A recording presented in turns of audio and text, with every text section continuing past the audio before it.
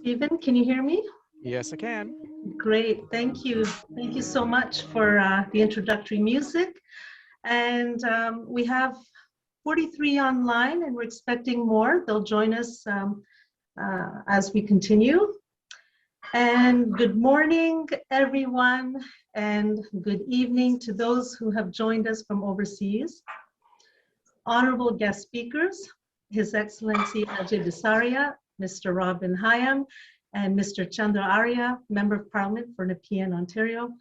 My fellow esteemed ICFC board members, Mrs. Malti Kesarwani, Dr. Stephen Desjardins, Mrs. Geeta Thakur, Mrs. Nipa Banerjee, Mr. Prakash Diyar, Dr. Veena Rawat, Ms. Anne Pollock, and our special advisor, Dr. Elliot Tepper, and dear friends, it is with great pleasure I welcome you all to the India-Canada Friendship Circle, also known as ICFC.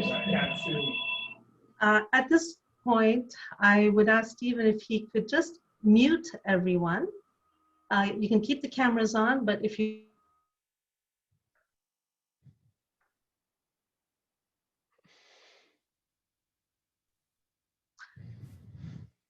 My name is Ruhi Ahmed, and I'm the president of the ICFC. I will be moderating today's event. I would like to inform everyone that this event is being recorded. Stephen, can you confirm that? It is, yes. Thank you. Microphones will be muted for everyone except for the speakers. And it's your choice whether you want to keep your cameras on or off. During the question and answer period, we ask that people identify themselves. To those of you who may be observing Ramadan and fasting, we wish you Ramadan Mubarak, and our best wishes to those who are celebrating Orthodox Easter today. To our returning members and friends in Ottawa, we really missed seeing you in person last year. Unfortunately, we had to suspend our activities for the health and safety of our members due to the global pandemic. This COVID-19 virus knows no boundaries. The wealthy and needy, young, middle-aged, and old in every community has been immensely affected by these unprecedented times. When we planned this event, the images and news of the current COVID crisis in India had not yet hit the airwaves. India had been generous in manufacturing AstraZeneca's vaccine Covishield and sending these to the international community.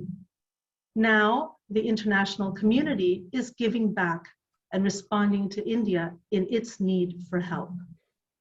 India's COVID explosion is overwhelming its medical workers and institutions, resulting in travel bans from India to Canada, Australia, the United States, and other countries.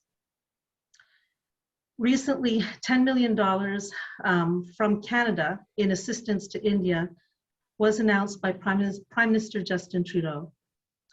Further donations from various Canadian charities are already underway. We share with everyone our deep feelings, sympathies, and concerns for those whose loved ones have passed away in India, in Canada, and elsewhere. We all may be sailing in different boats, but we all are caught in the same storm. While the world is still going through this difficult time, and while many of us are worried for our friends and family, relatives in India, we hope things will improve with the help being offered. And let us also continue to help those in need here at home in Canada. For today's program, the agenda is as follows. I will give a little background on the India-Canada Friendship Circle. Chandra Arya, our Member of Parliament from Nepean, Ontario, will speak for a few minutes to give an update on Canada's support for the COVID relief efforts in India. This will be followed by two of our guest speakers who will speak for 20 minutes each. There will be a Q&A with the audience for about 40 minutes. And then the special advisor to ICFC, Dr. Elliot Tepper, will respond to the panel and summarize today's discussions. That'll be for about 10 minutes. And then we hope to conclude by 12:45. The India-Canada Friendship Circle, for those who are new to our organization, is a registered nonprofit, non-religious, non-political organization that was founded in 2004 by a group of pioneering community members of the Indian diaspora in Ottawa, Canada. The organization was born out of a group of friends sitting around a kitchen table enjoying a cup of tea together, much like we are doing today, but over a virtual coffee. The concept was to meet and discuss topics of interest by inviting prominent experts in a variety of fields, to learn something new about Canada and India, and to have an opportunity to make new friends and professional contacts. We've had nearly or some 100 speakers to date, established over 17 years ago and held within a picturesque and forested setting at the Rockcliffe Community Centre in the heart of the Diplomatic Corps in Ottawa. We continued the tradition of socializing with tea and samosas after each guest lecture. While we won't be able to serve tea today, the virtual platform offers us an ability to reach across time zones. This is our very first virtual event for the ICFC.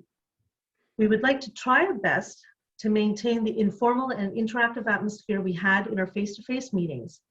And therefore, I would like to ask our Vice President, and before I do that, Mr. Arya, do you have at least 5 minutes more to stay with us? Yes, thank you. Okay, thank you. I mentioned that because we are aware that you have to leave for another event, so we will be mindful of that. So to maintain our informal and interactive atmosphere, I'd like to ask our Vice President, Dr. Stephen Desjardins, who is managing the technical side of our Zoom chat today, to open up everyone's microphones and just for a few minutes so that we may hear each other. And for those of you who remain on camera, we can also have a chance to see you.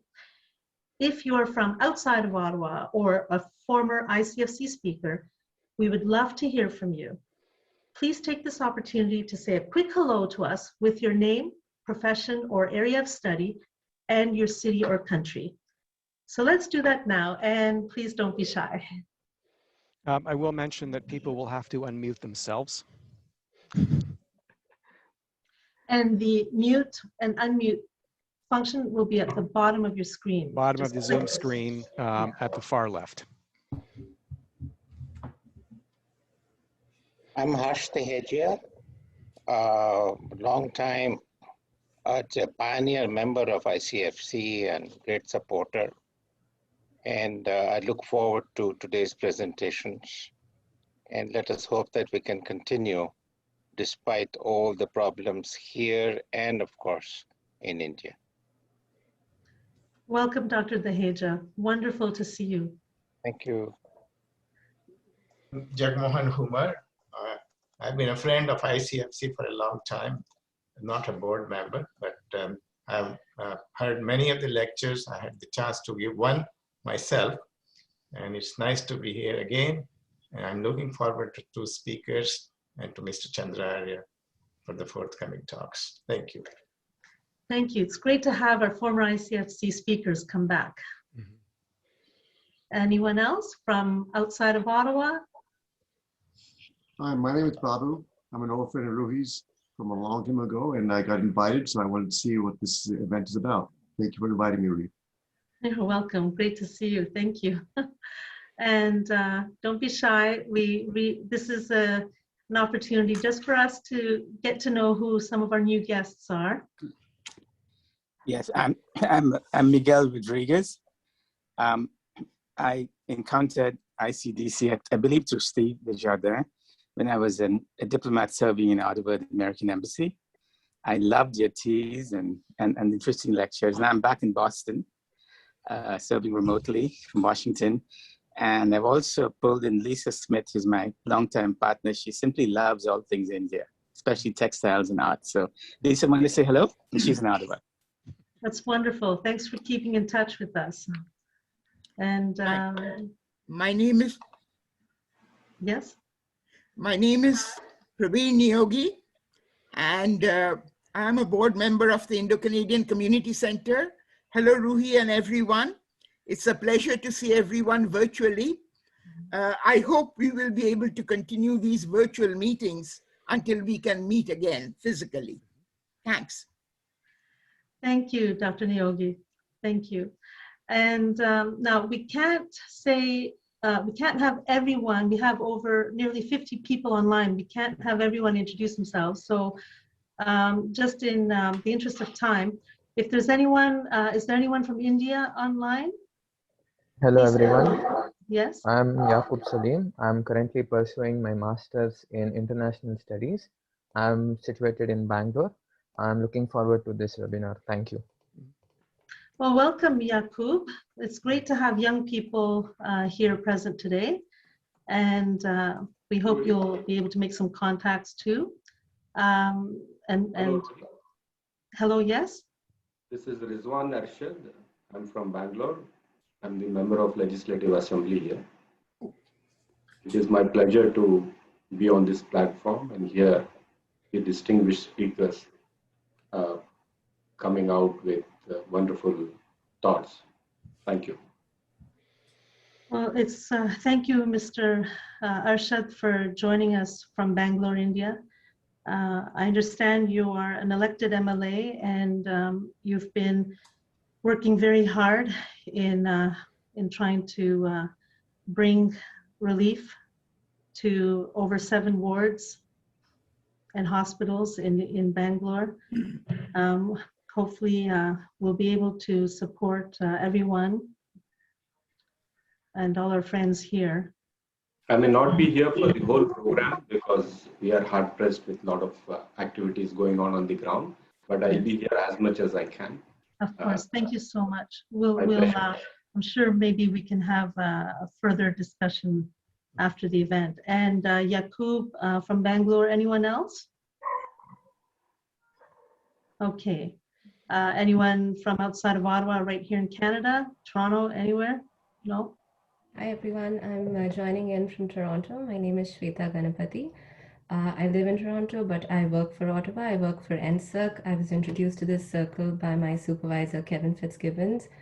It's a pleasure to be a part of this meeting. Yeah. That's wonderful. Thank you, Shweta. Please say hello to Kevin Fitzgibbons for me. Certainly. As a former colleague of mine. Thank you. And if there's no one else, I see Dr. Mekki from Sudbury is online. Anyone else? If I think perhaps during the Namaskar, yes? Yes, Namaskar. This is Rashmi Sharma from Delhi, from the High Commission of Canada.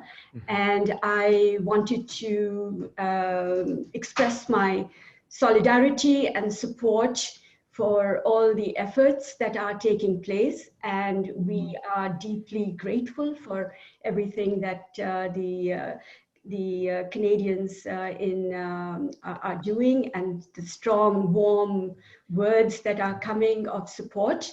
And and I'm here, of course, to hear the speakers today. And so thank you for this opportunity and this very important event that you are holding to bring together all of us. Thank you, Rashmi, for joining us from the High Commission in Delhi, Canadian High Commission, and our heartfelt and best wishes to all our colleagues working hard on the ground. And thank you for joining us. If there's no one else who'd like to say a quick hello, there will be an opportunity during the question and answer period. Okay. And today's event is the first in a series of lectures It's on the theme of diversity and inclusion. Our panel will look at the challenges and issues faced in the governance of diverse communities. On May 26th, we will look at diversity and inclusion in the public service. In our summer, fall, and winter lectures, we have lined up experts who will examine diversity and inclusion through the different lens of Indigenous arts, sports, and film as cultural unifiers. Before I introduce the panel, I'd like to call on Mr. Chandra Arya, Member of Parliament for Nepean, Ontario, Canada, to give us an update on the Canadian government's support to the COVID-19 relief efforts in India and how we may contribute from Canada. Mr. Arya? Thank you, Ruhi. Thanks for inviting me to ICFC event. You know, I have been coming on and off to ICFC events for so many years. This is a different one. Obviously, many of us who come from India, we are being directly affected through our families back home and through many of our friends there. Personally, my father and my father-in-law both had COVID. Few weeks back, they were admitted to hospital, and now they're back home safe. My brother's mother-in-law, who lived in the same building as my dad and my brother's family, died last week due to COVID. Yesterday, a good friend of mine for last 35 years passed away due to COVID. It is affecting a lot of us here, and we know how difficult it must be there in India. The moment this pandemic started, the second wave started rising in India, the government of Canada and Canadians started looking at ways how we can be there for each other. As I mentioned in my speech in Parliament, while thanking India for the vaccines it provided to us, I said, this is what friends are, helping each other in times of crisis. India helped us with these vaccines. Now it is our duty to help India back in whatever way we can. I've been regularly briefed by the Government of Canada officials. The International Development Minister, Karina, contacted me soon after Mark Garneau, our Foreign Minister, had a chat with Mr. Jaishankar, the Indian Foreign Minister, and told me, according to Mr. Jaishankar, the best way a lot of us can support India is through the Indian Red Cross. The Health Minister, Patty Haidu, told me that, she has been very clear. Some people try to emphasize the Indian variant, whether it's the variant of interest or variant of concern. She had said very clearly, there are so many different variants in different parts of the world, and we are not going to distinguish between one another. And the Defense Minister, Sajjan, told us 2 days back that a Canadian military plane probably will travel to India with some supplies to the High Commission staff, Canadian High Commission staff in India. As you know, this is one of the biggest missions, Canadian missions abroad. Friday, the Prime Minister Justin Trudeau, had a chat with about 14 members of Parliament who are quite concerned about the issues in India. He briefed us what Canada is doing and assured us of every single help that is made possible. Of course, the first one, which we have already announced, is through the Indian Red Cross. Government of Canada has donated $10 million. And the Prime Minister had said that any other support in terms of medical supplies, the officials of Government of Canada are in touch with the Indian High Commission here, and also the Canadian High Commission in India is interacting with the officials in India. So whatever that is possible from Government of Canada, that Canada can supply, we will certainly do it. That is a given. The requirements of India is varied. It is not like we faced when the first wave came in. We are struggling for PPE. India has got adequate supply, I think, in terms of PPE, but India needs oxygen concentrators, ventilators, etc. So those things are getting, the needs are getting understood, and things will be done. In addition to the families in India, the people of India who have been directly affected by this COVID-19 cases, there are so many other Indians in India who are also affected. If we recall, in Canada last year, we had 8.9 million Canadians. About 45% of the Canadian workforce were unemployed, and the government has to step in to support them because many of them with no income had problems in putting the food on the table, paying their bills and rent, etc. So you can imagine the things that is happening in India. So in my view, as also in the Government of India view, in addition to various supplies, the cash donations that can be routed through the Indian Red Cross is one of the best ways that we can provide our support to Indian families. So in addition to what we are doing as a family, I too have personally taken the route of supporting the Indian Red Cross through the Canadian Red Cross, and I urge all our friends to use this particular route to show our support. As I mentioned, Government of Canada is open to provide all help it can in this regard. Thank you so much, Ruhi, for inviting me and giving an opportunity to brief you on what Government of Canada is doing. Thank you so much. Thank you, Mr. Arya, for taking time out of your busy schedule to share with us this timely and important information. What we have up on the screen now is a link to the Canada Helps organization, which lists a number of Canadian charities through which we can send donations to India as well for oxygen and critical PPE and medical supplies. So we can circulate this to everyone by email later, and we'll include a link on our website. Mr. Ari, I believe that if you're able to stay with us, you're welcome, but I also understand you had another event. I think, will you be leaving now or? Yeah, I'll be leaving in a couple of minutes. Thank you. I have to be at another one. Sure. Thank you so much again for joining us. Again, Mr. Arya is also a former ICFC speaker and a very good friend of ICFC and a supporter. We are very grateful for your presence here.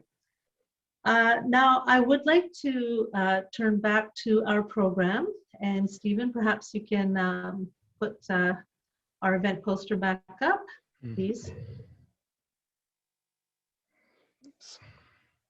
While Stephen is doing that, I will introduce our first speaker.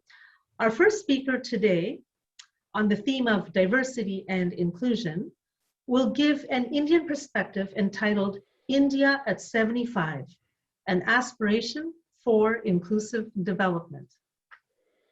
The High Commissioner of India to Canada will focus on the centrality of the democratic process in evaluating India's constitutional and developmental policies which treat inclusion as a core principle.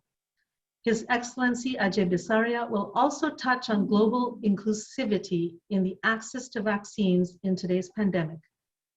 Our second speaker will present the Canadian perspective. In Canada, multiculturalism, immigration, integration, and assimilation have defined the governance of communities of diversity.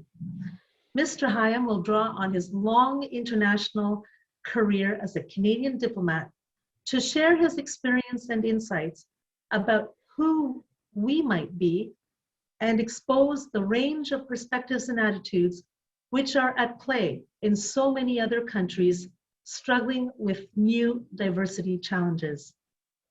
Before introducing the panel, I wish to point out that the views expressed are those of the speakers.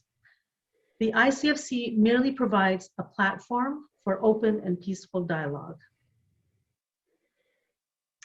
And Stephen, right now we have Mr. Arya on full screen. Will you be able to switch that to Mr. Bisaria? This is where individuals, of course, will get speaker view if they choose it in their own selection. So when the speakers start, if people are on speaker view, they will have. Okay, thank you very much. Without any further ado, it is my privilege to introduce our first guest. His Excellency Ajay Bisaria has been the High Commissioner of India to Canada since March 2020. He is a career diplomat who has earlier served as High Commissioner of India to Pakistan and as Ambassador to Poland and Lithuania. He has represented India at the World Bank in Washington, D.C., and in embassies in Berlin and Moscow. He has served in various capacities in India, in the Ministry of External Affairs, Department of Commerce, and the Prime Minister's Office. He has a bachelor's degree in economics, an MBA from the Indian Institute of Management in Kolkata, and a master's degree in public policy from Princeton University. High Commissioner, you certainly have had some impressive as well as challenging assignments. Arriving in Ottawa in the midst of a pandemic, you and your team have been conducting bilateral relations with Canada while adapting to virtual meetings under lockdowns. Thank you for taking time out of your busy schedule to address this forum. We look forward to your remarks. Thank you. Thank you very much, Ms. Ruhi Ahmed, the President of the India-Canada Friendship Circle, Honorable Chandra Aryaji, my friend, Member of Parliament from Nepean, Ambassador Robin Higham, Dr. Elliot Tepper, Professor Stephen Desjardins, and ladies and gentlemen, friends, namaskar and good morning to everyone in North America. Good evening to friends tuning in India. It's great to be here for the first event of the year of the ICFC. Welcome to the virtual world ICFC. We've missed the samosa and chai, but there are many compensations, as you will realize, in this virtual world, among them being able to get so many friends together. I really do hope we get to have this virtual fireside conversation as a real conversation, perhaps before the end of the year. I would also like to compliment the ICFC for creating this space for this kind of in-depth and intelligent conversation, and for this tradition that you have continued for so long and which you take forward in its new virtual avatar. Let me also perhaps begin by starting where Chandra Aryaji left off, and that is the most important issue we face today. It is globally and in India, the current pandemic, and then perhaps I'll move on in a few minutes to the subject of the day. We are meeting under the shadow of this huge pandemic, which is the biggest crisis in public health we've faced since the Spanish flu over 100 years ago. And what India is facing is a particularly deadly second wave that has hit us in the month of April. The number of cases has been over 300,000 fresh cases for about 10 days now, with over 3,000 deaths. And that is a huge crisis we face at this point of time. What we were anticipating certainly was a second wave as India moved in February to a situation where we were down to less than 8,000 cases. The first wave, you would recall, had less than 100,000 cases in October. India was relatively untouched or less hurt by it.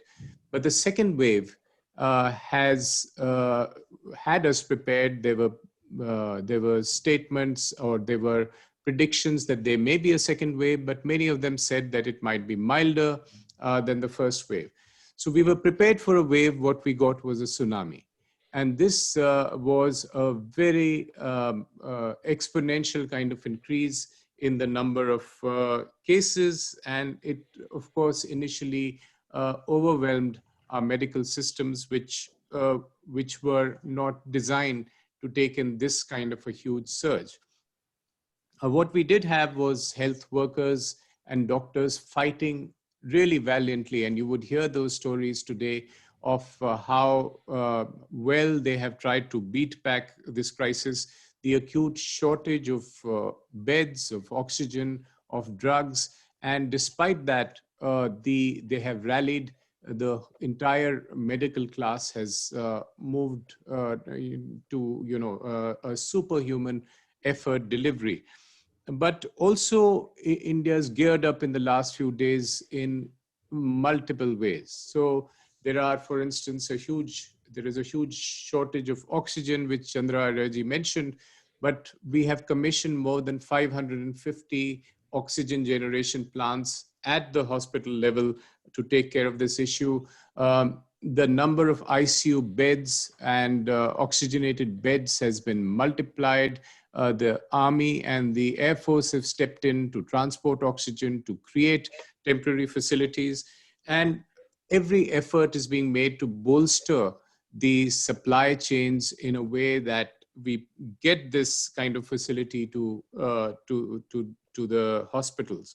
And we've also had a dramatic international response. More than 40 countries have pitched in, and we are sourcing globally oxygen products as well as other related products. So it's been a superhuman effort. We are in the midst of a huge crisis, but we are confident that in the next 2 or 3 weeks, things would get better. Just to give you an example, in March 2020, when the crisis began, India had about 2,000 odd ICU beds for COVID. 1 year later, we had about 80,000 COVID beds, or an increase in a multiple of 40. And yet, when the crisis came, these beds were not enough because the surge was even greater than anticipated. And in terms of oxygen, which you would be hearing is in short supply, all through these years, the oxygen, we had an excess capacity of oxygen. So about 10% of the oxygen capacity was being used by the Indian systems. But in April, the demand shot up 15 times to make it 50% more than availability. And this is what has produced a lot of ingenious solutions. There is a lot of repurposing of industrial oxygen into medical oxygen. There are 1,200 oxygen generation plants that have been commissioned to come through by the end of May, and the private sector has jumped in. For instance, Reliance Petrochemicals, which did produce zero medical oxygen before April, now is producing 1,000 metric tons, or about 10% of the supply of medical oxygen. So there is a huge effort to get cryogenic containers, global oxygen products, and move in a domestic program. The vaccination program, which is the largest global vaccination program in the world, has already put in about 157 million vaccines in arms of Indians, and that is rolling out from yesterday, that is the 1st of May, to include everyone over the age of 18. So there's a huge effort. This current surge has overwhelmed us, but India is fighting back. India's medical systems are fighting back, and friends from across the world are helping. So it's something that we hope that we will overcome in the next couple of weeks. And I'll come back to this issue when we discuss global inclusivity at the time of the pandemic. So coming back, or coming to the subject of today's conversation, this is when we have started celebrating India at 75. So 75 years ago, India got freedom from 200 years of colonial rule on the 15th of August, 1947. The moment came after an extraordinary struggle through the 20th century, which ended in a partition which saw some horrendous acts of ethnic cleansing with 1 million killed and about 15 million displaced. this partition was on religious lines and was hugely disruptive as an event for a newborn country, a newborn post-colonial government. The new India could have gone in multiple directions, and that's the historical counterfactual. Much could have happened differently. There was sufficient provocation for India to become, to convert itself into a religious state and become a theocracy. There was enough push in that direction. India could have become a military determined, security-oriented state, a paranoid state about its own security, because the inception of India was accompanied with a war in Kashmir for the first couple of years. But this option also was jettisoned. India could have been inspired by the Soviet Union and China, which was rapidly becoming communist, to become a communist or a socialist state, but chose not to. The choice made by India's founding fathers was to create a constitution that decreed that the state would have no religion and that no one would be discriminated on the basis or ground of religion. The British had, in fact, created constituent assemblies for both India and Pakistan as they departed to work out the nature of their state as they built their new states.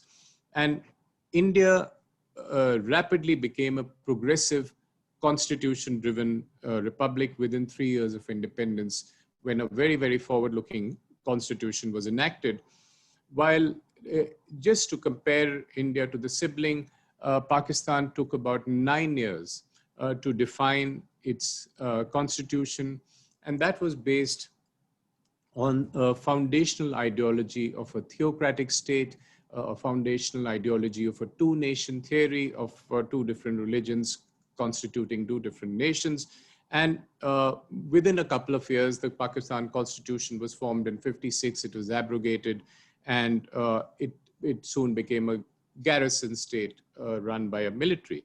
But I think the point in contrast was that the two nations took different trajectories, born at the same time. India's constitution became an embodiment of a charter of democracy and rights for ordinary citizens, creating norms of governance that were based on a philosophical foundations for equity and social inclusion.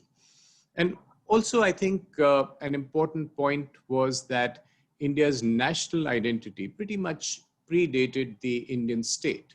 So there was a civilizational push to define how India would be and what kind of nation India would be. And that is what created the Indian Constitution, which in 1950, which not only creates the architecture for governance, it trusted Indians by giving them fundamental rights of speech, expression, movement, equality, assurance of life and liberty, as also the right to faith. It was also a profound charter of non-discrimination and empowerment for the deprived and the marginalized. The Constitution of India drew not just from the best global experiences available at that time, including from Canada, which the Constitution was studied with great care by our Constituent Assembly, but also from India's extraordinary diversity on account of regions, languages, religions, which recognize this civilizational ethos of unity and inclusion. In modern times, we've seen that democracy has become a great leveler, which acted as a power bridge amid extremes of any caste, community, and religion seeking particular favors. And India's model, I think, in many ways was closer to the Canadian model of a mosaic reflecting the diversity rather than a melting pot closer to what the US is, which would try to create a newer individual identity. So this bold experiment in 1947 was much ahead of its times. It was a leap of faith in many ways and a profoundly inclusive idea. Even the plan for universal adult franchise for that time was a bold one, bold experiment. This was widely expected to fail as an experiment because no post-colonial system or state had experimented with such a bold idea ahead of its times. But somehow the elections were held in 1951 and every 5 years since. And this is an idea which survived despite every prediction otherwise. If you fast forward 40 years and about 1991, another seminal moment came to India. This was when India adopted dramatic economic reforms to transform its economy and move in the path of allowing it the possibility of genuine inclusive development. And that, I think, is the central thrust of my argument. The social, in several ways, that moment changed India's politics as well to allow coalition governments to become a reality, which would represent the aspirations of India and its diverse regions, its diverse groups, diverse stakeholders. And Indian politics till then, which was accused of being very much driven by identity politics and caste politics, began to change. It used to be said about India that while the world casts its vote, India votes its caste. And that used to be the defining paradigm about the way politics is evolving in India. And much of that began to change at that point. So the social and political empowerment of India from the 1990s started being accompanied by a genuine economic empowerment, taking India into a newer trajectory. So the people of India, I would argue, since the 1990s began to demand economic empowerment to add to their political and social empowerment, which the Constitution had guaranteed. And the mandate to elected governments was largely of bringing growth and development to the country. In fact, the abiding lesson of the 75 years of working of India's constitutional and democratic polity, if I were to sum it up, would be that there was a profound recognition among the common people of India of their rights, their sense of empowerment, their abiding faith in the democratic process, their growing awareness and seeking accountability, and their repeated reminders to those who had their consent to govern through their votes that they would have to perform better on this trust. So this was, I think, the evolution of the Indian polity as inclusive development became part of the discourse and conversation and demand of India's people, of its political leaders. How are we 70 years later in current times? I think modern India's approach is again rooted in justice for all, which informs India's vision today. So the vision, the political vision as it is defined is Sabka Saath, Sabka Vikas, which means a development for all, but it is also based upon Sabka Vishwas, which means a democratic trust of all. So governments of the day need to get the trust of the people who've elected them in promising them an economic vision of the future. And the current economic vision is to make this $2.5 to $3 trillion economy and convert it into a $5 trillion economy by 2025 and double that in the next 10 years to $10 trillion economy. And I think that is the vision of bringing growth and bringing the fruit of that growth to the most marginalized and the vulnerable sections as well. So we saw that even in pandemic times, the strong structural reforms in the Indian economy, which were across every factor, land, labor, and as well as the financial systems, education, health. It was to unleash the genius and productivity of the Indian private sector as a large objective of the growth that would eventually be a model which would bring growth to the most vulnerable sections. And just to cite some of the interventions which speak of inclusive growth, I would cite just 5 of them, which have at their heart distributive justice or inclusion of the poorest sections. The first would be sanitation. In India achieved full sanitation coverage when we celebrated the 150th anniversary of Mahatma Gandhi in 2019, which means that these were plans to cover 110 million household toilets, which improved rural sanitation in India from about 38% to 100%. And that was a huge achievement in terms of providing this kind of sanitary empowerment to the people. The second was the gender empowerment, which became a huge social movement in terms of massive awareness generation programs for women, gender parity in elementary and secondary education, and nearly 70 million women in rural India who became part of self-help groups under the livelihood mission. Over 1 million women are elected representatives of our local government now, leading that process of participatory development. The third inclusion was the health inclusion, and there was a Ayushman Bharat program, a sort of a public health protection program, which kicked in just before COVID came, which covered about 500 million individuals with a huge insurance program. The other ongoing program right now is piped water for every household. And that again is a huge dream to bring piped water into every household by 2024. And finally, I would say, is India's preparation for the future, for a digital future. So the Digital India program, again, is something where the vision is to transform India into a digitally empowered society, a knowledge economy, and with digital literacy programs targeted at rural populations to train over 600 million people in the last 5 years.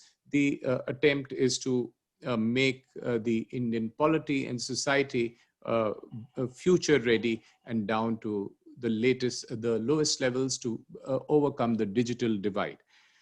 Following the COVID again, there has been a huge attempt last year of political commitment to build back better, to build back greener, and to build back digital. And I think this all this is part of an inclusive process. So I would say that in the last 75 years of independence, which we are walking into that anniversary, Indian democracy would remain a work in progress, would remain one of the largest experiments undertaken in the 20th century, but it continues to be a beacon of hope for those who cherish freedom with its foundations in human values. So let us then reflect a little bit on the global implications of inclusivity. And I think that is a live conversation so relevant to our times and in pandemic times. I would say that the current aspiration is of a global access to public health as we face a huge current pandemic. We have essentially two arrows in our quiver. One is the vaccine and the other is the COVID appropriate behavior. And we've seen that while most nation states have implemented lockdowns and COVID appropriate behavior, the distribution of vaccines has been highly skewed. And we've seen this play out in every region in the world where we've seen the phenomenon of vaccine nationalism. We've seen the questions of vaccine equity being raised, and India has tried to pitch in on the side of vaccine internationalism. Just to give you a number, 83% of vaccines have gone into arms in richer countries. And if you take the low-income countries, their number is 0.2%, 1/5 of a percent in terms of vaccine access. And very early in the game, India realized its responsibility as a producer of vaccines. We made 60% of the world's vaccines, and therefore we needed to be in a situation where we could be part of the global solution. And that's why India got into, as soon as we rolled out our domestic program in January, we exported vaccines both for humanitarian and for contractual reasons to more than 66 countries, more than 90 countries and 66 million doses. So I think this talk speaks of a larger issue, which is globalization and our commitment to it. Now, India, like Canada, has much of its economy is based on the external sector, which is more than 50% of the economy is based on the trading and investments with the external sector as well as remittances. So India would continue to be a strong votary of global responsibilities, global solutions, and globally addressing many of these issues. And I think what the pandemic has taught us is its very global nature. We saw last year that while the pandemic was creating scenes in the first and second wave, Portugal, Spain, Italy, UK, US were in turn hit by this pandemic. Today, India is the hotspot. So this needs us to debate the questions, and really speaking right now, these are just questions on how we address these issues. Should we have mobile systems where we can rush to the aid of each other, where countries which are not facing the pandemic at this point can have an excess capacity or use their excess capacity to assist countries which are facing the fire? You put out a fire where the fire is raging and then come back and deal with the situation back home, which may be under control. So I think this will be the reality as we discuss global inclusion in terms of whether it's climate change induced crises or pandemic induced crises. This is not the last wave. India goes to the second one, Canada goes to the third one. This won't be the last pandemic either. But I think these are the questions of what we need to ask ourselves in multiple fora of global governance is how do we treat global problems with global solutions? Let me stop right there. Thank you very much.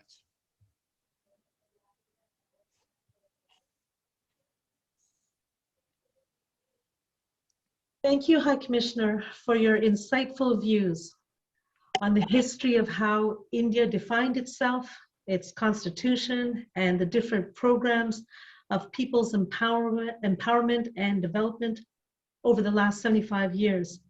You have presented us with some captivating ideas, including global solutions for global problems, an inclusive approach to vaccines, and many other ideas that I'm sure will spark discussion during our question and answer period with the audience.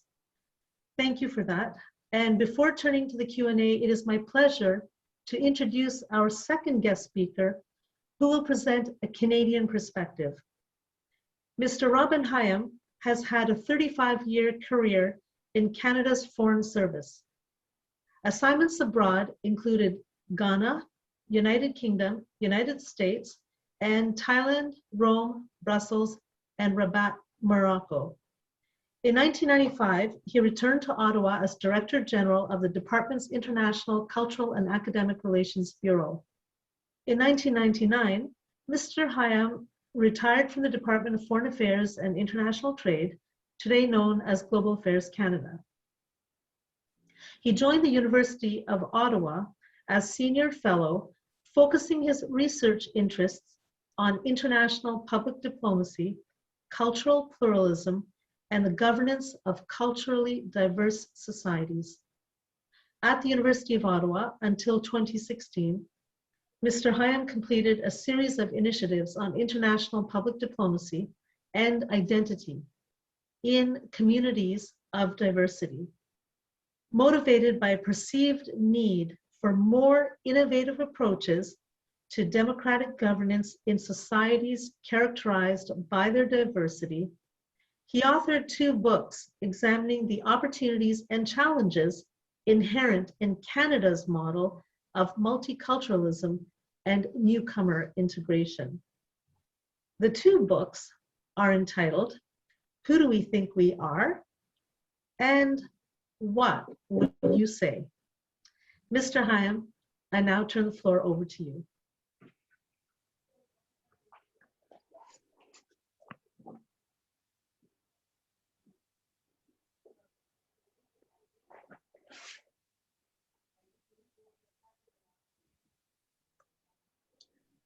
Mr. Higham, if you can unmute your microphone. Voila, I'll try again. Okay, thank you. Can you hear me? Thank you again very much for your kind invitation, Ruhi, to join you today. I was flattered by the invitation to take up this subject, which I've been tracking for some time. But before that, I just want to reinforce what the High Commissioner said. For us in Canada, it's really impossible to overstate our shock and our concern over the devastating news reaching us pretty well every day from all across India. I personally, as one of your speakers today, urge all of us to rally whatever support we can to assist the people of our fellow member of the Commonwealth. Make good use of the Canada Helps website that you put up, and I think you're going to share with us afterwards. It will steer us to your preferred vehicle to send your donations, and I think we can trust those groups to identify best ways to transfer those funds to the most important targets. Until then, keep on fighting back, as the High Commissioner told us they intend to do from the heart of the global pandemic issue these days. Again, Ruhi, thanks very much for your invitation. I'm not sure how you unearthed this long retired veteran of your Department of Global Affairs, but when you did recruit me to join for the Simple Coffee Online, I was flattered that I might participate in this Canada-India discussion regarding diversity in our 2 countries. My assignment, as I understood it, is to talk about how we do the diversity debates in Canada. To do that, to launch the Canadian perspective part of this discussion, I propose to focus less on the hard fact realities of Canada's diversity, the statistical stuff about newcomer arrivals, the percentage of residents born abroad, the number of languages spoken in the streets of Toronto, those kinds of statistical details. Instead, I want to examine Canadians' own perception of what is happening on the diversity front right here in their own country. I kind of, don't bother me with the facts approach, but just tell me what you think about them. First, some background on how I came to be interested in this subject at all. I call it the governance of communities of diversity. As you mentioned earlier, I've done 2 short books on this subject. After joining the Canadian Trade Commissioner Service, too long ago to remember, my final career assignment in headquarters at Ottawa, more than 30 years later, was as Director General of the Department of Foreign Affairs Cultural and Academic Relations Bureau. This was the so-called cultural diplomacy file. At that time, the rationale for the Bureau was something along the following lines. In the absence of big league military power or giant economy, Canadians must turn to their so-called soft power to generate the kind of international influence that we'd like to have.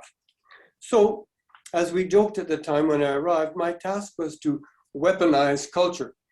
Even more curious, perhaps, to weaponize Canadian culture.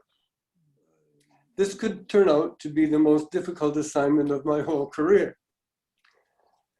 What would that be then, Canadian culture? Is it beavers and mounties, hockey, maple leaves? Perhaps. But we all know, don't we, that you should always start a new assignment with a new project. And so, job 1. Work out what cultural diplomacy is really for.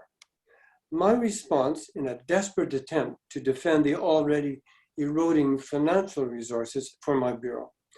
Don't worry, colleagues, I said, this is not merely culture that we're on about, it's diplomacy. It's an instrument for the pursuit of Canadian interests abroad. It's about creating low-risk conversation space with potential allies. Cultural diplomacy is about making ourselves interesting to those who are of interest to us. I'm going to say that twice because I think it's key to the rest of my talk. Cultural diplomacy is about making ourselves interesting to those who are of interest to us. You can guess, I'm sure, what my problem is. What makes us interesting to others? That short, seemingly self-evident rationale took more time to work out than I care to admit today. Okay, said the department policy wonks, who, by the way, were also the bean counters looking to cut my budget. So what does make us interesting to those who are of interest to us? This was clearly not the time to cite beavers and mounties, hockey and maple leaves. Nor was it the moment to defend the Eurocentric arts tradition of the expensive international arts touring program that I found under my direction when I arrived. Well, necessity is the mother of invention, they say, so under pressure to save the program itself, I took a few days to reflect on my own experiences serving Canada abroad and to ask what made us interesting to my host country contacts in my postings in Ghana, in England, in Boston, in Bangkok, in Rome, in Brussels, and in Rabat. What kept the conversation going at the countless National Day receptions, Sunday lunches, Sunday coffee maybe even, Sunday lunches, official dinners, and conference coffee breaks, the places where pre-pandemic diplomats like me spent so much of their evenings and their weekends? Well, when the conversation wasn't about the politics or the economy of our host countries, I often found myself answering questions about Canada. Thinking back to those discussions, the answer to what makes us interesting was easy. A consistent theme was, from one angle or another, Canadian diversity. That's cultural too, of course. It's just not the kind of arts and culture that we were employing at the time in anticipation of building influence abroad. The largely missing ingredient in our cultural diplomacy program was diversity, multiculturalism, pluralism, call it what you will. We just didn't see this peculiar Canadian advantage from back home, at least not as well as we could feel it from abroad. Seeing ourselves through the eyes of others, the diplomat's advantage, if you like. That doesn't take place overnight, but if you move around the planet over the years, like diplomats usually do, if you listen carefully over time, you get it. So a quick review. What is diversity in any case? For us, diversity is a notion that is commonly understood primarily in demographic terms. Diversity is multiple ethnicities, multiple races, multiple religions, cultures, languages, multiple genders even. And the last, that really dangerous one, multiple values. I'm going to say that again, that dangerous one, multiple values. So, if we're so good at it, if we think we're so good at it, why is diversity an issue for Canadians? Notwithstanding the generous view of us from abroad, not every Canadian is comfortable with where we seem to be headed with diversity here, or to use its label from the Pierre Trudeau years, multiculturalism. But it is generally accepted in Canada that more diversity is coming. Whether we like it or not is moot. And so often we talk about immigration in this context. What comes up? Why immigrants at all to this country? What's the rationale behind it? Is it for prosperity? Is it because of the aging of our own society, about sustainability of our sovereignty? Is it about accommodating pressures from abroad to welcome newcomers? And so how many should we become? What should be our total population target? We hear more and more in the Canadian conversation these days, suggestions that we should aim at housing 100 million Canadians by the end of this century. How do you get there? How fast? What's the optimum annual intake that infers? And who should come? What skills do we need? What are the education requirements? And what are Canadians' employment needs? What language competencies are we looking for? And of course, many other so-called readiness factors to join our community. We also ask, where will the newcomers fit in the various immigration categories that we've used for so long? Are they economic migrants? Are they family reunification newcomers? Are they refugees? Or maybe they're invisibles, clandestine, not registered newcomers. We also ask a really difficult question: what then is our absorptive capacity? The capacity for a host society, Canada, to absorb newcomers while maintaining our ability to live and work together peacefully and constructively. Think about economic absorptive capacity. There are benefits and there are the burden of newcomers. Social benefits, there are social burdens. We know that diversity is good for business, but how much and how fast? Security implications. Some immigrants give some of us a certain fear or suspicion of the others. Public health issues, pandemic is a good example these days, of course.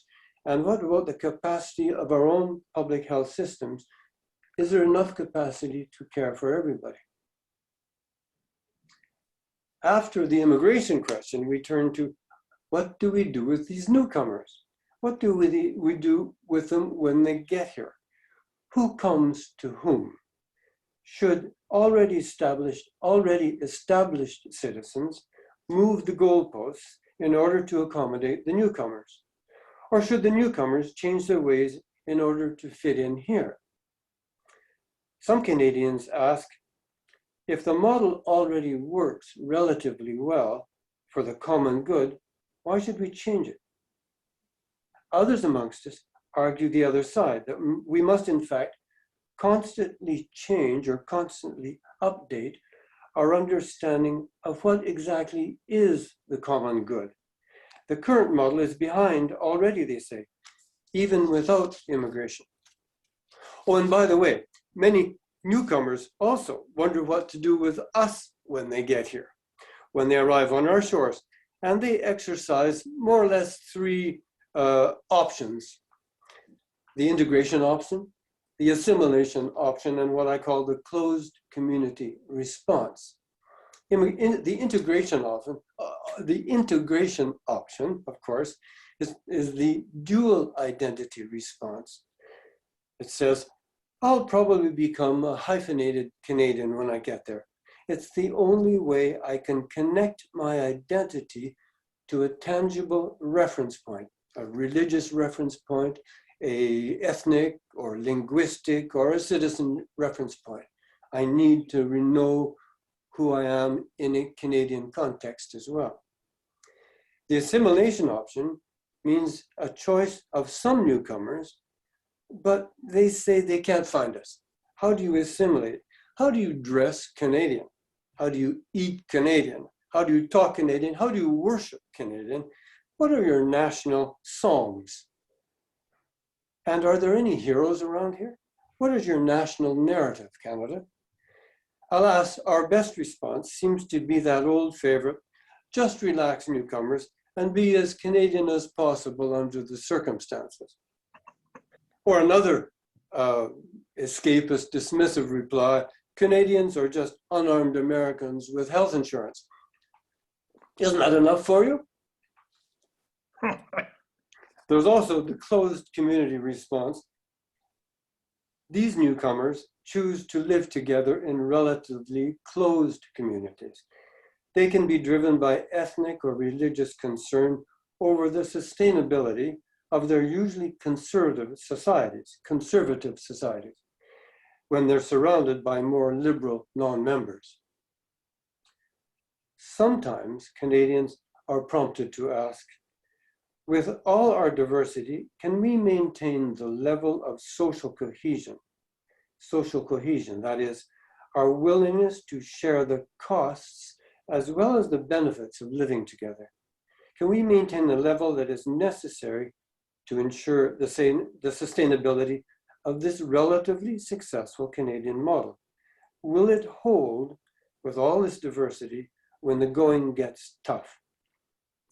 So, in this minefield of public neurosis, how do we talk about it? First, we talk about it carefully. We try to employ a kind of informal protocol for constructive political dialogue. This notion, let's call it universal legitimacy. It may be one of the key secret weapons behind our relative success at building a society that accommodates and capitalizes even on its diversity. You may not disqualify me or assign me some kind of derogatory label just because you don't want to hear what I have to say or what I believe. In simpler language, we call it civility, the way we talk to each other, even when we are strangers. In fact, even when we are strangers in disagreement with each other. In Canada, we try to ensure that all voices are legitimate. Oh, by the way, we're sometimes perceived by others as just being a bit too smug about our success at governing for diversity. But in fact, I think most Canadians will agree that we have lots to mend, lots to update, lots to apologize. Some say that apologies are our specialty around here, but we have done better than most at disconnecting whatever cultural identity we have from the notion of Canadian citizenship. You can dance any way you want around here, as long as you don't bump into me too much. Many other migrant destination democracies may be less successful at accommodating the inescapable diversity that's coming at them too. They know who they are. They know much better than Canadians do. And so the requirements to acquire legitimate citizenship can be more of a barrier to their belonging, the newcomer belonging. That can lead to newcomers distancing themselves from the so-called national identity mainstream. And it can precipitate a breakdown in the social cohesion I mentioned earlier. Telling us who we are, that is defining Canadians, doesn't work very well in the Canadian model. Better, we find to frame discussions in terms of what we expect of each other as citizens, citizens' rights and citizens' responsibilities. And we work from there. We have never really succeeded at agreeing on a set of common values, but we have worked out a reasonable, diversity-friendly modus vivendi. We are better at keeping it simple, I think, at agreeing on the ways we do things, the day-to-day operating mechanisms. Another observation offered by Canadian watchers I have known abroad, they sometimes see us as a society that is better at managing our disagreements than we are setting out to immediately resolve them. A thought that came to mind, I believe, as the world followed us during the Quebec sovereignty crisis. So, may I conclude by claiming that we have a national identity which is capable of constant change, where maybe its key characteristic is its capacity for change, a national identity of impermanence. problem solved, n'est-ce pas? Imagine that for your future, if we can just keep it together. Thank you.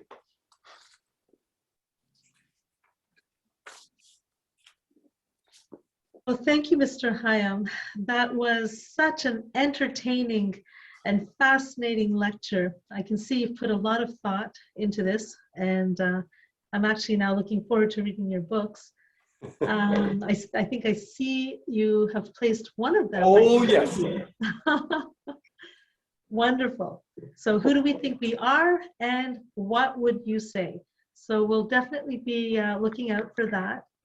And thank you again for sharing your experience in building Canadian policy on cultural diplomacy, how we define ourselves and how we make ourselves interesting to others, the concept of multiple values, integration of newcomers, and social cohesion.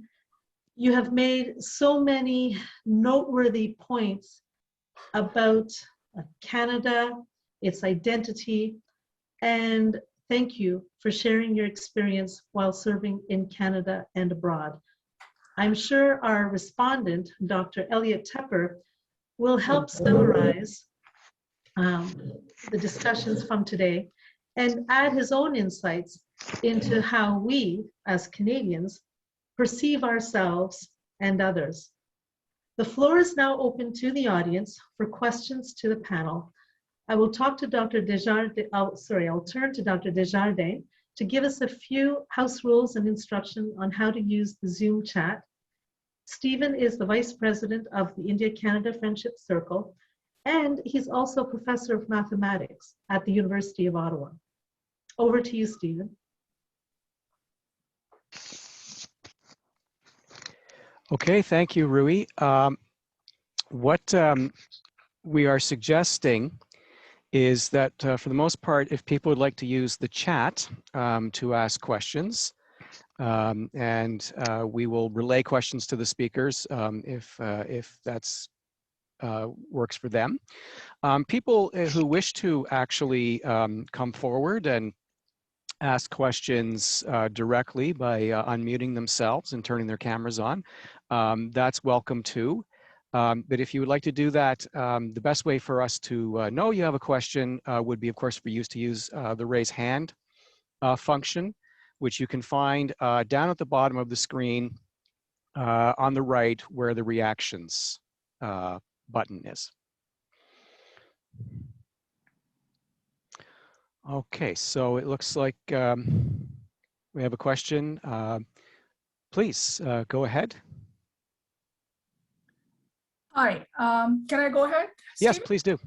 Okay, my name is Manju Anand, and I absolutely loved the presentations. And I wanted to pose a question to Mr. Ambassador. I would appreciate it very much if you could elaborate a bit more about how do you, maybe reconciliation is at the far end of the continuum. How do you go about keeping those multiple values together to hopefully bring about social cohesion, economic cohesion, and the list goes on. Reconciliation to me is at the far end of the continuum. On the other side of the continuum are disparate values. How do you keep it together? And more than keep it together, bring about cohesion. Thank you. I think the central argument I would make is that we are all implementing a constitutional value, and India is a constitution-based republic, which was a hugely enlightening document 75 years ago, and hugely enlightened document, and continues to be so.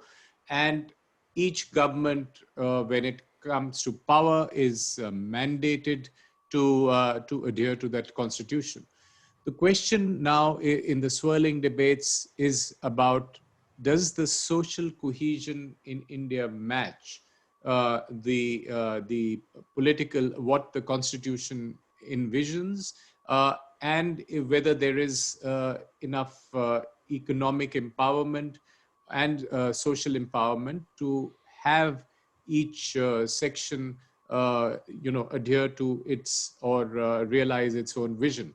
So I would argue that ever since in the last decades, India has, the electorate in India has mandated its leaders to provide economic growth and development as one of their central tasks. It has certainly led to greater social cohesion. In current times, the impression, because India is a hugely argumentative democracy, a loud one and an argumentative one, which is why a lot of debates do come out in the open and are quite robust and rigorous, as they should be. I would argue that with greater economic cohesion and economic development and percolating economic distributive justice, there is greater social cohesion that is in view in India, perhaps not very visible on social media, but certainly a process that is a long-term secular trend in this century. Thank you. And would Mr. Higham talk about the Canadian context in terms of, keeping it together? Of course, you're touching on the constant conversation that's going on in this country. How do we keep it together?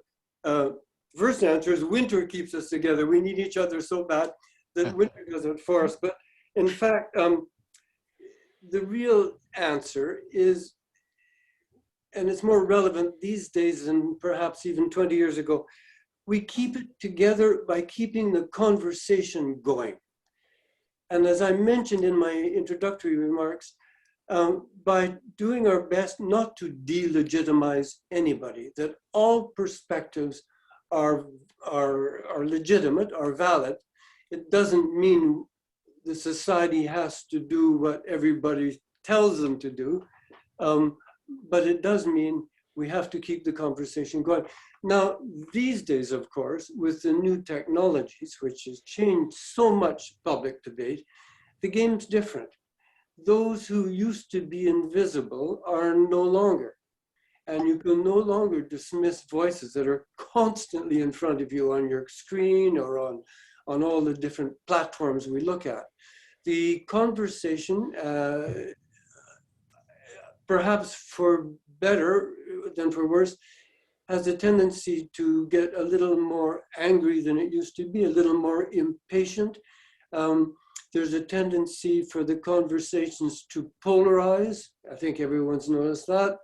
I hate to use the expressions, but the far left, the far right, and the polarization. The middle, where we used to live, most Canadians used to live, is more difficult than it used to be.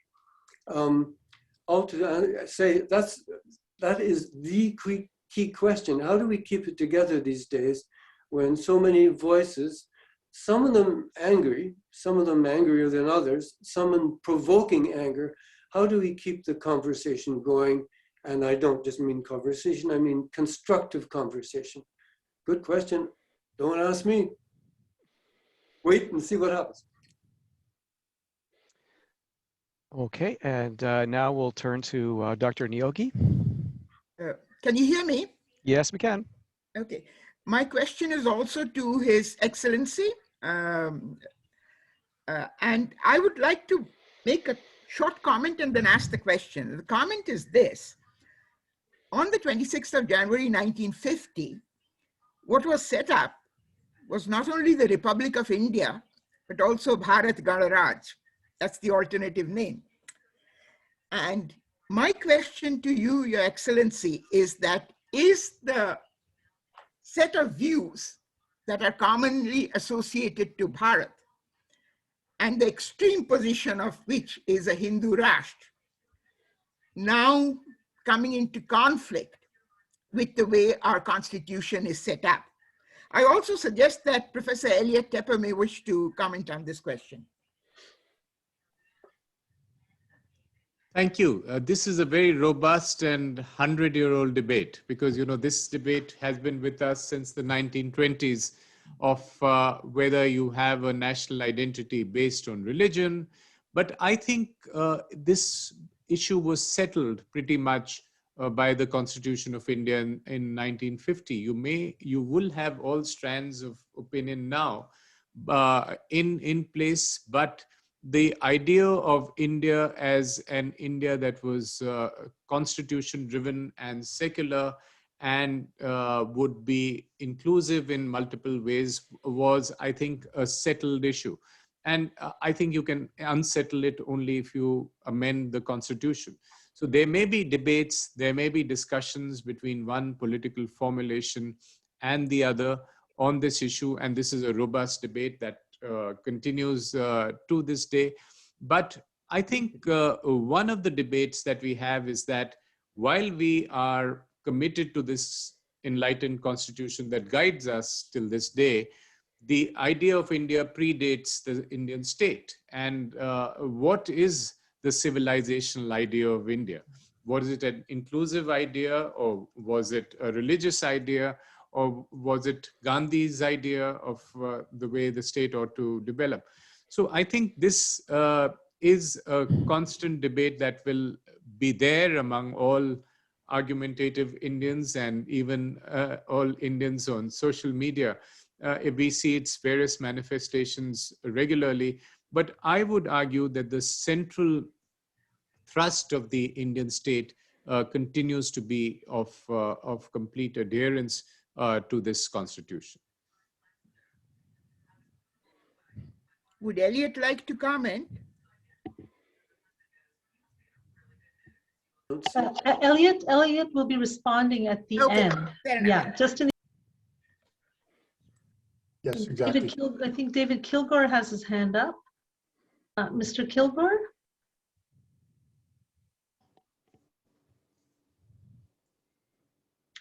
You'll have to unmute yourself.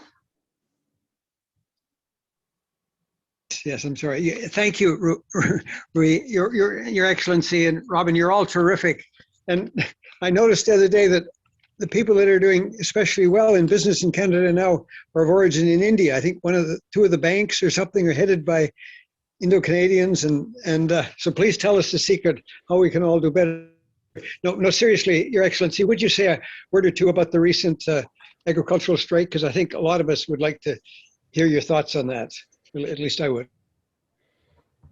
Certainly, I'll be happy to comment on that, and I'll keep it short because this is again a big and loud debate. But I would say, go back to the point I was making about inclusion and about the aspirations of the Indian state and the mandate to the Indian governments for development and growth. And one of the debates on for at least the last 2 or 3 decades has been about reforms. And we've seen transformative reforms in 1991, industrial reforms, which removed the license permit Raj, and the constant discussion among economists and experts has been that the agricultural systems in India need to be reformed, and agriculture, which is supporting 17%, contributing 17% of the GDP, with more than 50% of the population involved, needs to be reformed. And I think as part of that continuum, in the wide-ranging structural reforms that the Indian economy needs, are agricultural reforms to make, provide agricultural markets, to provide technology, provide access to technology, and focus on the small and marginal farmers. And one of the stated aims of the 3 reform bills, which were brought to the Indian Parliament and agreed after a debate, was to double the income of farmers. So I think there is a settled economic view among experts, among agricultural experts, among economists, and even in many, most sections of the political spectrum, that India needs widespread agricultural reforms to get out of this current low agricultural growth rate. And this is exactly what was rolled out. Now, naturally, there was some contestation in this. Some people disagreed. And again, it was Indian democracy at work. The courts got in. There were 11 rounds of very serious discussion with farm leaders. And at this point of time, even during COVID times, there are 3 cities around Delhi where the protesters are protesting. And since the Indian constitution deeply respects the right of protest, they continue to protest. Some of them continue to have a different point of view, but the government continues to engage with them. And among one of the ideas on the table is that that every bill that was passed, act that was passed, can have a clause by clause discussion to amend it, and as well as that each of the farm laws could be held in abeyance for a period of time until we have a conversation. So I think these conversations go on in Indian democracy. The courts have spoken, and the government and farm leaders continue to engage. But I would argue that there is a strong movement for supporting these farm reforms. And we've heard echoes of this even in Canada, where the Premier of Saskatchewan told us that Saskatchewan had seen precisely those reforms 10 years ago with the dismantling of the Canadian Wheat Board, and that they brought huge benefits to farmers there as well. So I think this is an ongoing debate, but the purpose and aim of the reforms was certainly to bring benefits to the farmers. Thank you very much, Your Excellency. Okay, thank you for that question, Mr. Kilgore. I just wanted to make a quick introduction since this is a friendship circle. But High Commissioner, in case you haven't met Mr. Kilgore before, he is a former cabinet minister and a member of parliament from Edmonton, and a human rights activist, a lawyer. He has many talents. So I just wanted to make that quick introduction, and a former ICFC speaker. So thank you, David, for that question. I think Charu is next. Yeah, Charu is next, yes. Yes, I'd like to speak after that. Yeah, hi. So it's actually her daughter, Jayshree. But I wanted to say I really enjoyed the conversation and both perspectives on both Canada and India on such a relevant topic of EDI, which has been very popular topic this year. So my question's sort of been touched on a little bit, but it was directed to His Excellency Mr. Bisaria. So with respect to inclusion, I think while India's been making progress through these proposed initiatives and leaders pushing them forward, I believe that it's the informal institutions, so really the general population's long-term thoughts on caste and gender equality, that will continue to dictate the efficacy of achieving these goals. So being a third-generation Indian myself, from an outside perspective, I think that these discrepancies aren't just in wealth and education, but also like with respect to different people's mentalities with these groups of people.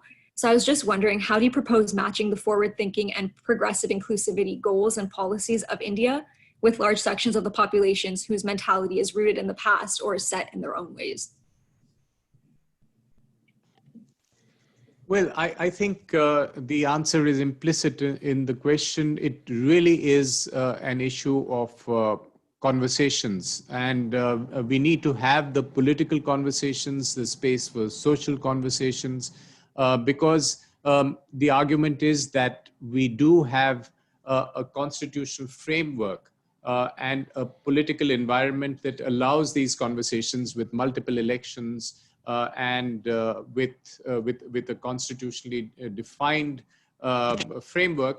But perhaps to get all groups on board, all groups will never be on board. There will be disagreements, there would be political interests, there would be social perhaps interests as well. But I think what the Indian state can do and what Indian society can do is have more and more conversations about these issues. So I guess I would just make that observation. Okay, thank you. Next will be Nell Aurora. Thank you very much. And first of all, congratulations to the ICFC for this excellent session and so many others in a row. I have a question for His Excellency as well as for Robin. Your Excellency, great to see you again. I wanted to know, we both countries have benefited greatly from globalization. And in that sense, our diversification, where we've seen economies of scale, obviously the vaccine distribution development is one example of that. And we're seeing more and more this interdependency between health and economic prosperity. We've seen the discrepancies, as you said, in vaccine distribution, which is obviously going to have an economic component to the impact. And wonder, if the sustained growth can be kept up that I think many countries have enjoyed. And more, I think we're going to see the environmental aspect come into play as well. So I was wondering if you had some thoughts on, are we in the process of redefining globalism in this whole nationalism trend in certain areas, which, what may actually get, into other areas as well. And in that, what is the opportunity for Canada and India on a bilateral basis? And so while I have the floor, I also wanted to just throw a question on to Robin's excellent dissertation as well. I think you talked a lot about Canadian values and how they're shifting and changing, but I wonder if you could speak to your thoughts on the rural and the urban divide, or even the urban and suburban divide that we're seeing, and what do we see as commonalities between different communities, and what do you think could be in the future potentially competition between communities for government attention and policy making? So thank you both for excellent presentations. Thank you, Anil, for that question. I think we've had this conversation on nationalism and internationalism before, but I would simply argue, particularly in the context of vaccines and this pandemic, that we do need vaccine internationalism, we do need vaccine equity. I think that is a very obvious answer. But we have seen nationalism make its presence felt during the pandemic, because when nation states face huge, overwhelming crises, the instinct is naturally to look within and to take care of the interests of their own domestic stakeholders and electors in democracies.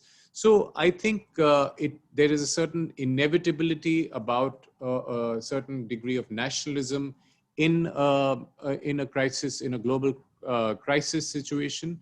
But I think it should be rapidly replaced by global governance systems to look at international solutions, to look at global solutions, because whether it's climate-induced crises or pandemics, they do have global solutions, and we would need global solutions. And as I pointed out, the nature of this pandemic has been that the world is affected, but the hotspots keep changing. So different medical systems have been overwhelmed at different points of time by surges. And that is where a global response would be much better than a national response where you won't have the national abilities. The other bit of economic nationalism, if you will, that we have seen is that nations would want critical supply chains to come closer home, or either within their countries or at least closer to those countries, if not offshoring, then nearshoring. And this is because of multiple factors, including the behavior of the great powers or the major powers, the behavior of China, and so on. So I think countries will hedge and try to get some of the critical supply chains within their countries to be able to answer better the needs of a pandemic when everyone may want to go a little autarkic. But eventually, that's the nature of trade. You cannot create multiple autarkies. That is the nature of trade. It does benefit everyone. India and Canada have both hugely benefited from globalization over the decades. And not all supply chains can be domestic. So I think what we need to have is our very open, candid global conversations in the G20, in the United Nations, on the nature of these processes, and develop the governance structure to guide these phenomena. Robin, do you have something you'd like to add?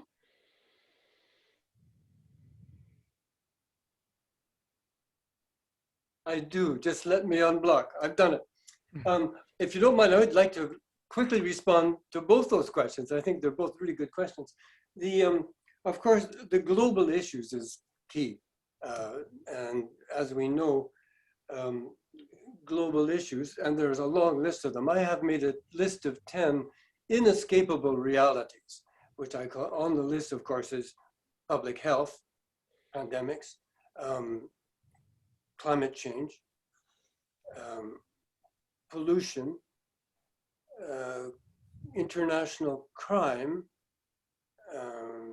warfare. I have a list of 10 which require 10 global issues which cannot be solved without global responses.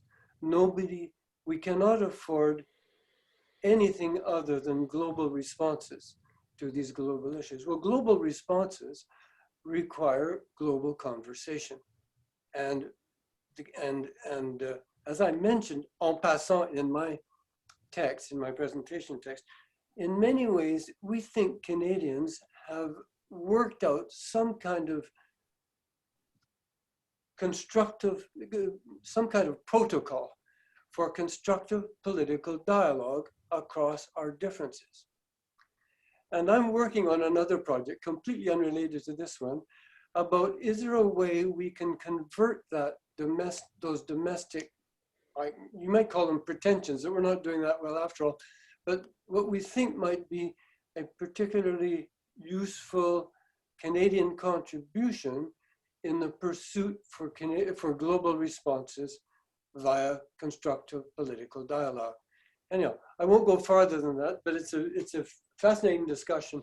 And when you look at the list of global issues that need global responses, you lose a lot of sleep at night, believe me. On the other question, I was really intrigued to hear ask about, what about the rural-urban divide in Canada? It's one of the things I pulled out of my presentation to shorten it a bit. It's absolutely, there is a difference between political priorities, preferences, I should say, between urban Canadians and rural Canadians. It's been blurred a little bit by so many urban Canadians moving to rural communities with the recent change in pandemic-inspired movements in any case. But it is a big issue. I would add to the list of Canadian disruptive things that disrupt Canadian constructive dialogue, north-south. There's a big difference between Canadians in the north and the Canadians who live along the US border. There's a big difference in priorities there. East-west, talk to Canadians in British Columbia and see how much what they have on their list of priorities for this country lines up with Ontario or Quebec. There are big differences there. So yes, those are all areas where we are continually testing our capacity to talk across diversity of perspectives. All I can say is we have to keep trying, global and local. Thank you, Robin. We have time for maybe about 2 more questions or so. And so there was a couple of things in the chat. Yes, I was just going to turn to you, Stephen, for the questions in the chat. Yeah, so in the chat, we had from Yakub, as the world battles the raging pandemic, we also observe growing wave of racism in the West. How do you think Gandhian principles can be used to combat this social issue? And then directly connected was a comment about wave of racism in the West is very alarming. Could isolation be a cause? And then there was also a question, I believe to start changes, it is important to start with the young people in bringing countries and cultures together. Many countries have education exchange programs at college and university levels for exchanging knowledge. Are there currently programs between India and Canada? Let me quickly respond to some of these questions, given that we are short of time. But I think on the question of racism, I would say there is an issue of a larger issue of nationalism at play here and of national identity. And perhaps this is the issue which questions even immigration at these times of global crises. So this is an issue, perhaps Ambassador Higham would also comment on this. But I would say if Mahatma Gandhi was alive today in his 152nd year, he would have argued for global conversations and for conversations across faiths, across regions, across nations, across races. And I think that is what is required at this point of time, not the rage we see on social media, but quiet, intelligent conversation on these issues. I also want to touch upon briefly the issue of young people and something that Ambassador Higham mentioned about immigration. You know, you talk about immigration, and there was a question about how the Indo-Canadian corridor is on that. India is the largest provider today of high quality human capital to Canada. Across every metric, across every section, whether it's immigrants, workers, students, tourists, India is the highest provider in numbers: 85,000 immigrants, 300,000 workers, 230,000 students, 100,000 tourists. So when Ambassador Higham was speaking of his Agenda 2100, which is of 100 million Canadians, my joke at another forum was when it's being said that Canada would need to graduate from being a middle power to a great power by getting 100 million people by 2100. So if you're in a hurry and want to do it in a couple of years, we can send you 62 million people pretty soon. So that in terms of immigration is again a global conversation that we can have. Thank you. Mr. Higham, did you want to add anything? We'll take them. Quality of immigrants from India to Canada. More often, the part of the conversation I hear is brain drain. We're taking such talent in terms of immigrants, and many of them come as advanced students and continue their studies here. Many of them come here, as we all know, already equipped to become, as we just heard, as bank managers before we know it. They're at the top of the scale of economic society, at least. For sure, the student exchange thing is also a great way to get to know each other. In fact, the other half of the Bureau of Academic and Cultural Relations that I was managing before I left Foreign Affairs was academic relations.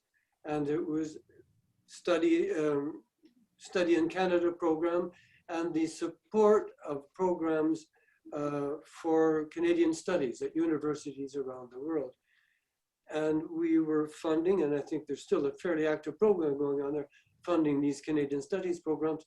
And the argument for students coming to Canada to study and then go home was, and still is, that it's all about making friends for Canada in people who will become décideurs, will become deciders of tomorrow, influential people of tomorrow.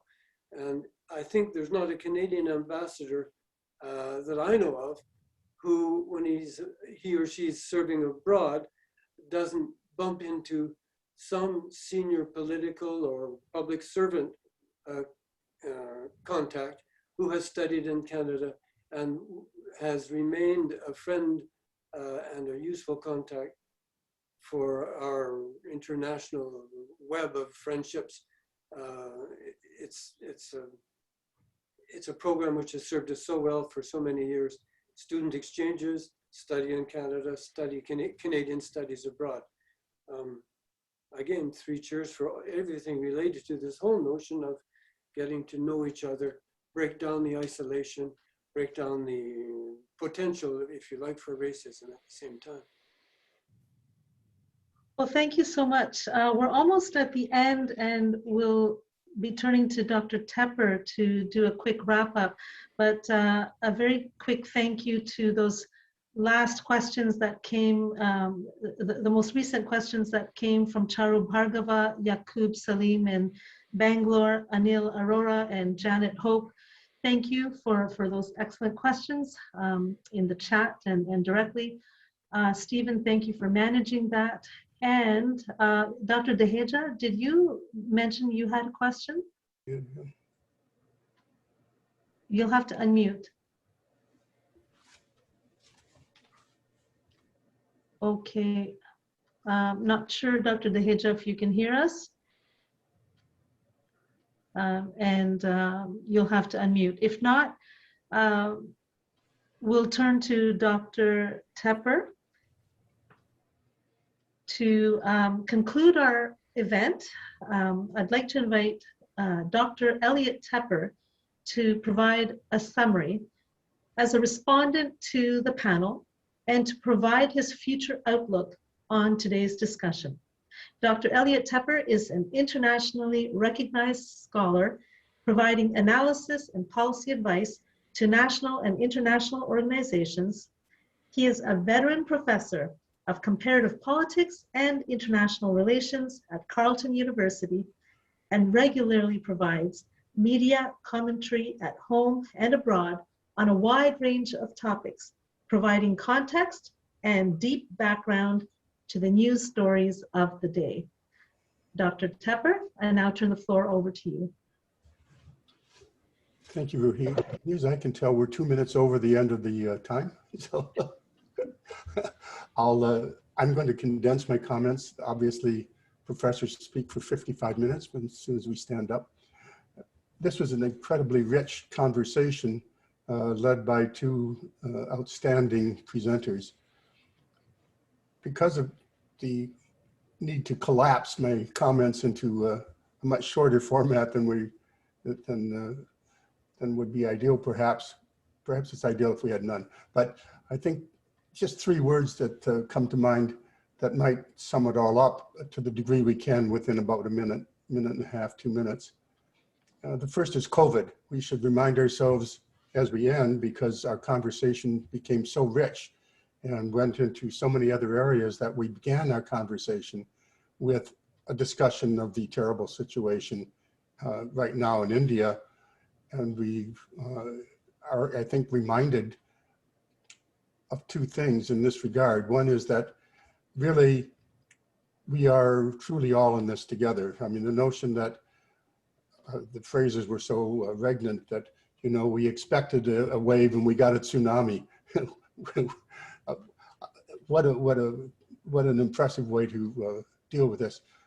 We've been offered a way to help. The suggestions were made for how Canadians may participate, but we should remind ourselves also that stepping back from our situation, in particular in India, that no place and no one is safe anywhere until we are all safe everywhere. The idea that we should go from vaccine nationalism to vaccine internationalism, I think, is perhaps a clarion call out of this seminar today, out of this production by our organization. The second word that comes to mind, listening to the various conversations about the nature of democracy in India and in Canada, and as someone who's done a fair bit of work on multiculturalism, I think the word inclusive was particularly important. We heard it from the High Commissioner in terms of so many different ways that the government of India is proceeding to be inclusive in many spheres of life, but it opens up with the constitutional framework for an inclusive society, which over time, you know, the more elections you have, the farther out it goes, the deeper down it goes in society.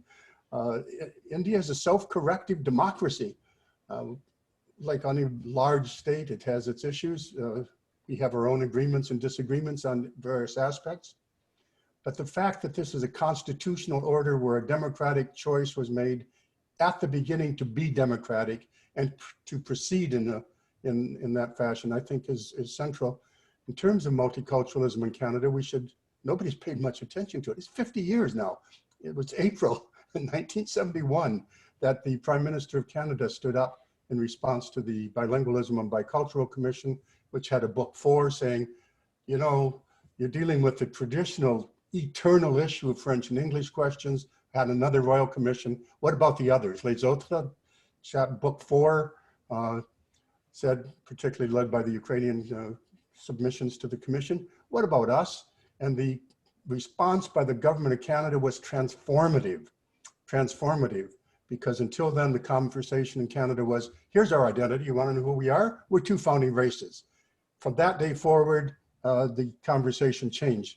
The Prime Minister stood up in April 1971 and said in Parliament, in response, Canada is a country with 2 official languages, but no official cultures. And that a policy of multiculturalism within a bilingual framework became the new definition of Canada. I mean, it really opened up Canada's evolution. All these people that you just mentioned who are coming and the desire to have, you know, perhaps 100 million. We're not perfect at it, but it does allow Canada to grow and to evolve. And Ambassador Higham used the term, various terms. One of them was integration. Basically, it's okay to be who you are. You can still be Canadian. And this is an integrationist rather than an assimilationist model. It seems to be working. One of my favorite things to do is on Saturday nights to listen to hockey in Canada and Punjabi. So it's just great fun. And get a better integrator than that. My final concluding comment, since time is so short, is that we've heard comment today from 2 really impressive speakers who were nuanced, who were sophisticated, who presented to us really 2 experiments in democracy, 2 experiments in a democratic system and how you resolve the issues in front of us. This is an ongoing experiment. We're not done with it. We're not done with it in Canada. India is certainly working out in its normal Indian fashion through all the various issues and the NGOs and the, you know, tractors and everything. That's India, and it's glorious. It's just glorious. This is democracy in action. It's an experiment in both countries. We should keep that in mind as we go forward. So far, these are experiments which are working in a world which is in democratic recession, where around the world, fewer and fewer countries live, as the economists would say, fully free and fair. And Canada and India are 2 which are experimenting with inclusivity, with diversity, with constitutional frameworks as a way to proceed and to evolve into the future. So I know that Ruhi will now thank our speakers, but I want to thank them for being so stimulating, so nuanced, so sophisticated, and for giving us substantive information, but within frameworks which makes us, I think, very thoughtful. So thank you. Oh, by the way, Anil, good luck on the census. Well, we'll all participate in the census. It's a very important tool here for us in Canada. And Dr. Tepper, thank you very much. Also for the very eloquent thank you to our guest speakers. You did a marvelous job, Dr. Tepper. I can't top that. Your thoughtful observations and analysis, as always, are deeply appreciated. And now our time has come to an end. We will be able to watch these proceedings once the video is up on our website. I wanted to thank Stephen Desjardins for his help with the technical side of the Zoom chat and for keeping us all connected. Thank you, Stephen. And Dr. Tepper has thanked our guest speakers, but I would also like to extend my gratitude to both our speakers for sparking a thought-provoking discussion today. And I want to thank everyone who participated either through the chat or directly or just for coming and listening, thank you for sharing your views in today's important dialogue. I hope you found this experience enlightening, as did I, and that you may sign up for our next event on May 26th through our website and our subsequent events that we'll announce for the fall and winter. I wish everyone to stay safe and healthy and not hesitate to reach out to one another for help. Let us pray that this pandemic will end soon. Goodbye for now. Thank you. Thank you. Have a great day. Thank you. Bye-bye. Oh, Louis, bravo. Thank you. Thank you all. So much for doing that. It's a lot of work. Well, Stephen. I'll talk soon. Mm-hmm.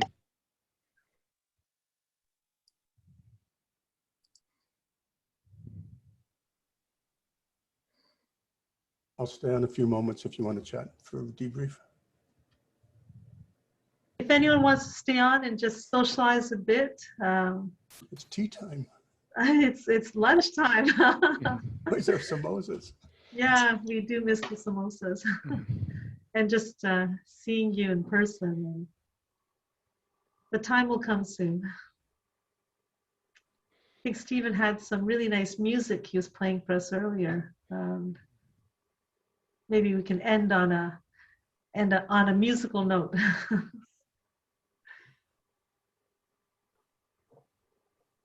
Thank you. It's so nice to see people, even in these thumbnails that we normally would see just sitting around. It was wonderful having New Delhi and Bangalore. Oh yeah, wow. Very happy to have New Delhi patch in and the guests from Bangalore as well. And